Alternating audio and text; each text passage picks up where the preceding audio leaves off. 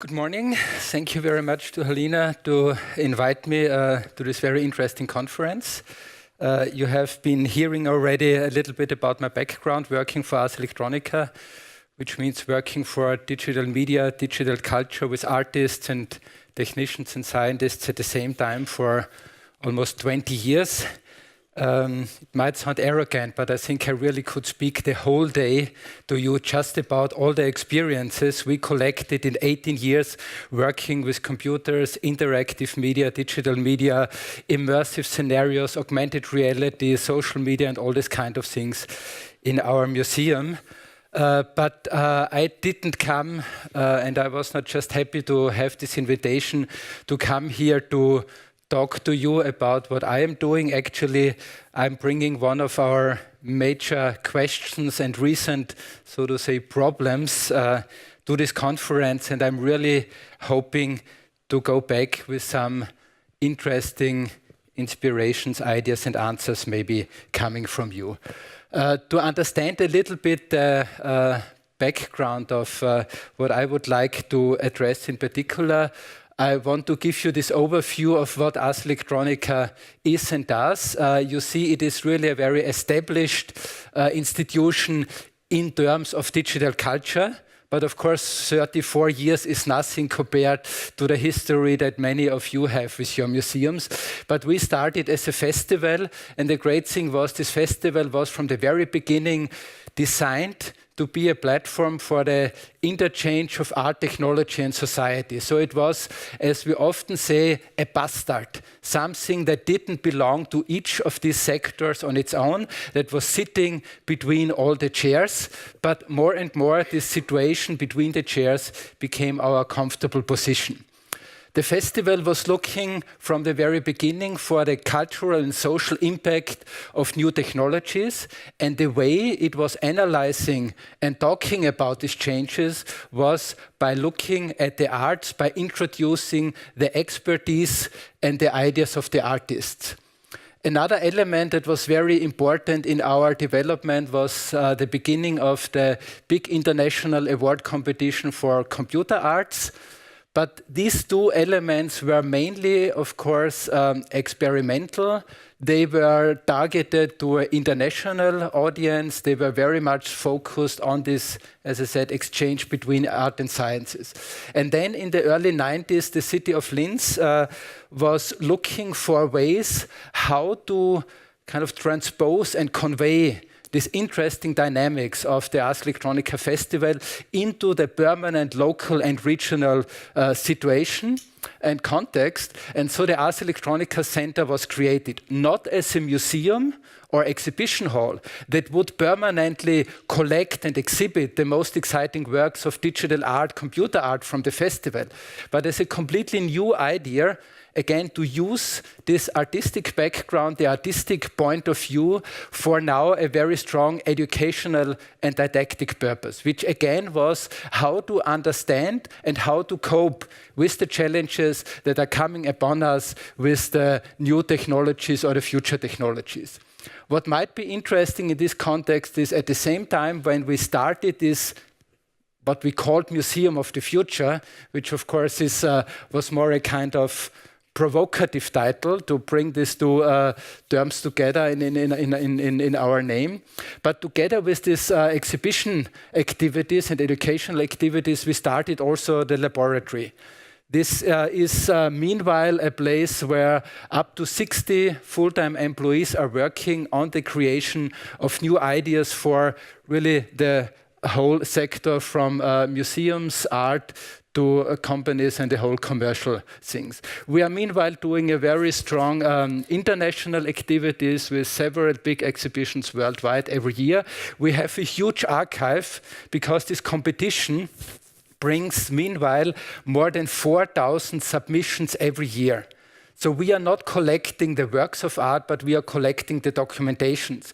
You can imagine that this is really an endless job to digitize all this material back to the late 70s with all the old 1-inch videotapes and all the different formats that were hype in this more than 3 decades. And we have from these 50,000 projects, we have only a little bit more than 1,000 projects in our online archive available as well. But the archive is all digital meanwhile, and if researchers want to work with this material, they can apply for a special online access, which gives them really access to the whole archive. In 2009, Linz was the cultural capital, and this was the year when our Ars Electronica Center got a new dimension. We got a big new building with 6,500 square meters. Since then, we have been developing a lot of additional new elements. So I just wanted to mention this to show you a little bit that we are, I think, a very dynamic organization, and I would say a totally opportunistic organization. We don't have a big master plan where we are going to develop. We are constantly, so to say, surveying where are interesting opportunities to use the experience and the mission of Ars Electronica, which is intermingling, interchanging art, technology, and society, and then we are trying to create new activities and new elements out of it. Based on this, we have been kind of growing pretty much. We are now an organization with about 170, 180 staff members. As I said, more than 50, almost 60 meanwhile are working just in these laboratories. We are able to raise about 60, even a little bit more than 60% of our annual budget with our own activities. And this brings me already to the first point of the topic for me today, and this is the issue of collaboration of museums. Of course, you can see in all this already that we are a very different museum. And when I call the Ars Electronica Center a museum, it's only because it is the most easiest way to describe our main functions, which is running a building that is opening its doors every day, inviting people to come, see something, hear something, experience something. So it's really the most basic definition that maybe combines or connects our worlds. And when we decided to call ourselves museum, it was really for this pragmatic reason. How could you explain to people what this whole thing is about? That it's not a center for computer freaks or a center for academic people researching the future or whatsoever, but that it's a place where everybody is strongly invited to come and experience whatsoever. In our case, the issues of the future. This is how we defined our name. And this is when we said Museum of the Future. Of course, we were also playing a little bit with this idea that we might be able to contribute a little bit to this very big question: how can the functions and the role of a museum, how can they be translated into the presence and the future of digital media and digital technologies. But the very different point, of course, is that probably 99.9% of all the museums of the world are created because there is some sort of collection. And usually sometimes in history, somebody collected somebody, some king, some queen, some other rich people, and then you have all this stuff just standing around and you have to do something. And we have all this, history of museums that they in the past, especially, Austria coming from this big Habsburgian empire, we have all these castles that are full with this old stuff. Of course, it's very valuable old stuff. And there's a very good reason that at some time the government said and the society said, we want to keep this old stuff. We want to preserve it. We want to even use it for research.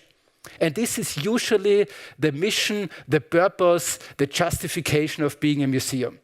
In our case, when we were founded in 1995 and 96 as this Museum of the Future, we had nothing besides this archive that at this time nobody took care about anyway, because nobody knew that this could be important in the future. So the only reason why the Ars Electronica Center exists is the communication, the exchange between the museum and the audience, but also to be a platform, a beacon for the interchange, for the communication, for the collaboration with all the different areas of society.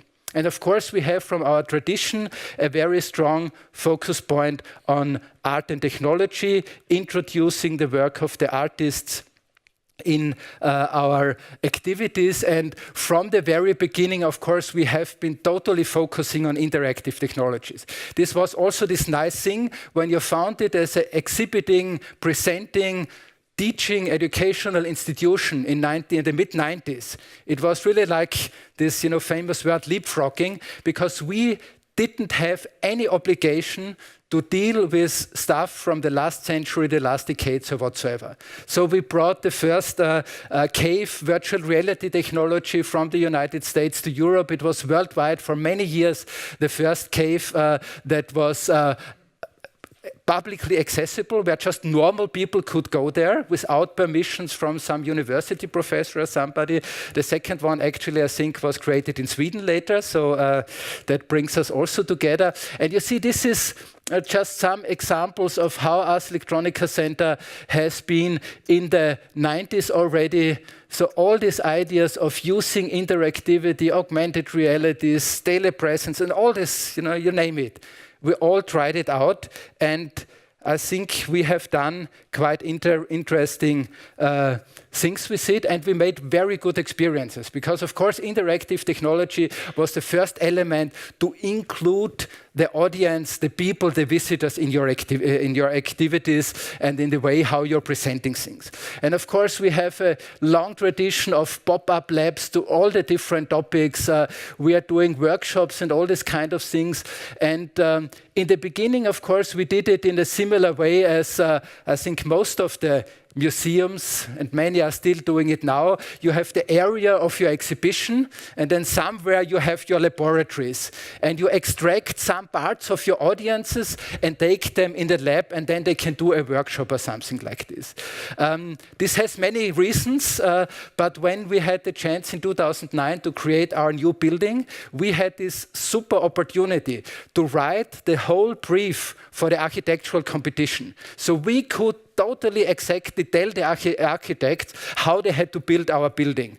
And so we were able to create a scenario where the laboratories became part of the exhibition. This is why we started to call them pop-up labs, because now we really have this practice that whenever we do a certain topic, we just create within exhibition scenarios, we also create scenarios for workshops and laboratories. And you see in all these images that I was flipping through, you see these people in the orange shirts. When I was appointed in '95 to finalize the preparations for this museum, they really had the idea that a museum of the future based on interactive technology, Ars Electronica Center, would be super for the city of Linz because it's so cheap to run it. You need one person at the entrance to sell tickets and one or two technicians taking care of the computers, because everything else the interactive media would do. And it took me a whole year and really a lot of effort to convince our politicians that this is totally stupid. The only way to fulfill our task as an educational institution is by employing people, training people to be, as we call them, our info trainers. And for many, many years, I have been always thinking that the really great advantage and the success of this, because you can ask any visitor of our museum, everybody tells you the same. The most interesting and the best experience was being in contact with these info trainers. They explain the things so well, you really get what you want to know. And I was believing in this as well. And I thought, well, people are so happy because there are all these very well-trained info trainers, super preparation, even, in our very big deep space, as we call it. This is a 300 square meter 3D 8K presentation space. We are not running pre-programmed, pre-produced movies like in an IMAX. Each of these presentations is every second there is one info trainer that is guiding you through it. So every presentation is made by people for people. And they can even use all the interactive media inside this. But then, more and more I recognized, and actually this is something I think I recognized only 2 years ago. It really took me 16 years, so to say, that the real important thing is not that we are so good in explaining the topics. The people are not so happy because we have these info trainers that guide them around and tell them everything. And we have this super interactive multimedia thing that really leaves this very strong emotional impression with super huge images and all these kind of things. The most important point for the success of our exhibitions is that our info trainers are listening to the people. And it really sounds very stupid. It is that banal and simple, and this is the only story actually I have to bring to you to this conference. I think the major challenge that we have after we found out hundreds of years the museums were excellent in presentation. Go to any of the wonderful art historical or natural historical museums and the way how they present it, poof, it is just wonderful. And then all the media came and we really became strong in explaining. We were the teachers, we were setting up new educational goals, new forms of how to push all this information into the brain of our visitors. But what we really have to come up now is ways how can we, in all these forms of collaboration, the collaboration between us as institutions, the collaborations with all the other fields of the society, and I could again talk endless about how to collaborate with the businesses, the local businesses, the international corporations, how to collaborate with the hospital, and we are doing all these things very successful. But the really, so to say, ultimate frontier is how to collaborate with your visitors. And not just in the way that you know what you have to tell them and you do it in the most perfect way. How to balance between, of course, the museum being an authoritative place of information. This is one side, but the other side is how are you able to include it, introduce it into the daily life of the people. And the most successful experiences for our visitors is when they can stand together with info trainers. The info trainers have taught them something about this or that or this or that, and then they can start to talk about their own life. And it's really that simple, being there and then saying, actually, I have a friend whose wife also has had already this experience. And with these very simple moments, they connect their own experience, their own life, with all the big story that you are telling. And this always, of course, has been most important. It's always what we are doing is about our visitors. But now we are in an age where we have things like the Museum of Me. You might know this it's just one of these many examples, this program where you can convert your Facebook account into a virtual museum. I mean, what could happen better to us that even in this world of Facebook, they use the museum as the symbol for, validating and enhancing the notion, the value, the appreciation of your data and your information. But this is just one of these many examples you all know about, that we have this paradigm shift in our culture. This is what the social media makes different from all the other digital media. And until recently, also the internet and the computer, including Google and all these kind of things, Wikipedia, they just have been ways to even more efficiently transmit, exchange information, data from one place to the other, from one person to the other. But since, I would say in Europe about 2007, with the iPhone and Facebook and all these kind of things, it's no longer about information and data, it's all about communication and connection between people. So what are we trying to do in this direction?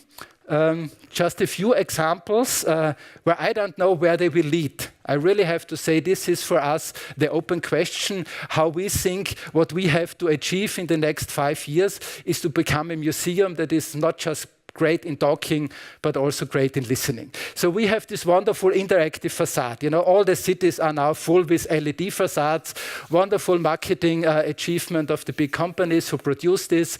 Nobody really knows how much it really makes sense to have these media facades, but nevertheless, it's a great thing because suddenly you are visible. And our big challenge was for us, because you see the building is glass, steel, so it's actually a very hermetic building. It's not, architects always think when they make a glass facade, this is transparency, this invites people. It's actually totally the other way around. A glass facade is something that is reflecting you. It is kind of putting a strong border. And then even with this very powerful light situations, so we created a situation where people can have access to our facade. It's not us, the artists, the museum, who is showcasing with, this huge facade and this all these lights, how great we are, but we deliver it into the hands of people. So this is one very nice example. It was just a few weeks after the opening, somebody approached us and asked if he could make his marriage proposal to his girlfriend on our facade. And of course, we were so happy. And this was, yes, please, go ahead, let's do it. Another thing that we are doing now on a permanent basis is, you see we are here on the banks of the river. There is a very nice area here where many people, families are strolling in the afternoon, in the evening. And we put a big terminal there where we have an interactive interface where people can control the facade. But the most successful thing is there is a little cable coming out that you can connect to your smartphone, to your MP3 player. And then when you switch on your music, you hear it on big loudspeakers, and the whole building is flashing like a light organ according to your music. And this, again, is a very banal gesture, but it's the most successful. And actually, it has been so far the only successful initiative to really include also the especially the young people from other communities in Linz. Especially, there's very nice kind of musical battles in front of this terminal between the Pakistani community and the Indian community, and then the Turkish community and the Croatian community. So the youngsters really coming every evening, loaded with their music, and then in a very peaceful way, they, so to say, make kind of musical battles. Another project that we have been developing for this is called Shadowgram. Actually, it was a collaboration with the second largest advertisement agency in Japan. And they asked us to come up with ideas how to moderate and facilitate a more intense and thoughtful dialogue between people in public space and some certain topics that they were interested. And usually when you do this, you make maybe a nice sheet with many questions, and you have nice people going, and then, can I ask you something? Can you give me some answers? And then they make an interview with you. Or you put up a big whiteboard and give just a pen to people and say, please write down your opinion. And we all know when you are just asked to write down your opinion now, you are not really prepared. So you might be a funny person, you make a joke, you might be a socially maybe more incompatible person, and then you make some, really nasty things without on this wall. So it really doesn't work. So what we came up with is this idea to create a stage for the people. So we set up this white light wall where people can stand in front of it, and they can make photos. But the photo is not a real photo, it's what we call a shadowgram. So it only takes the outlines, it's totally black, so you don't see the face. So it's somehow anonymous because you don't recognize the faces anymore. And this is then cut out with this little printer from adhesive tape. And then we have these walls that are not really empty at the beginning. These walls have graphical interpretations of the topics that are under investigation. So you make a nice drawing about, like the education situation in your city, or what is about the health supply and this kind of things. So people have to think about which of these topics I want to make a statement. The next thing is they have to think about, what is my pose? Do I want to do it like this or whatsoever? Or jump? Do I want to do it alone or together with other people? So the next thing is when they have cut out their shadowgram, they get also this little adhesive with a speech bubble and a pen. This is a process that takes usually about 10 minutes. And I can tell you, after 10 minutes, everybody is prepared to write something meaningful. And it's really incredible. We have been showing this project or using this project all over the world meanwhile, especially also in our city. And it's really incredible because one thing we recently made is a very interesting project where we are going with exhibitions on the fairground of the city of Linz. You know, this is a place where people go to have fun, to drink beer, and to eat sausages and these kind of things. And the city of Linz asked us to realize an exhibition there about the services of the city for their citizens. I mean, you are very professional and you have experienced a lot, but I'm sure you also don't know any other topic that is more boring than talking to citizens about the services of the city for them. So we created this whole interactive scenarios, super successful.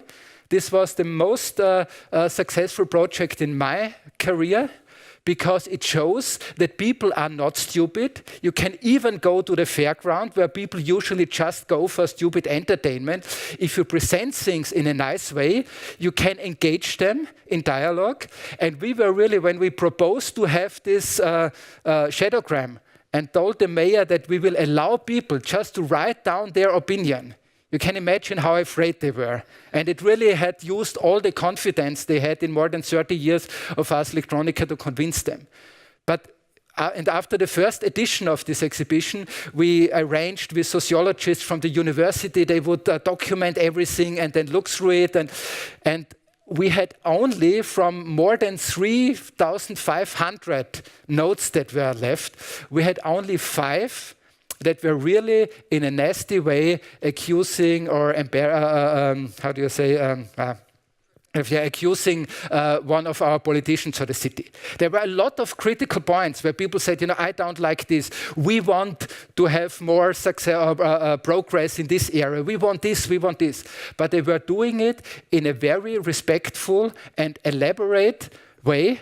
And I think this is a very good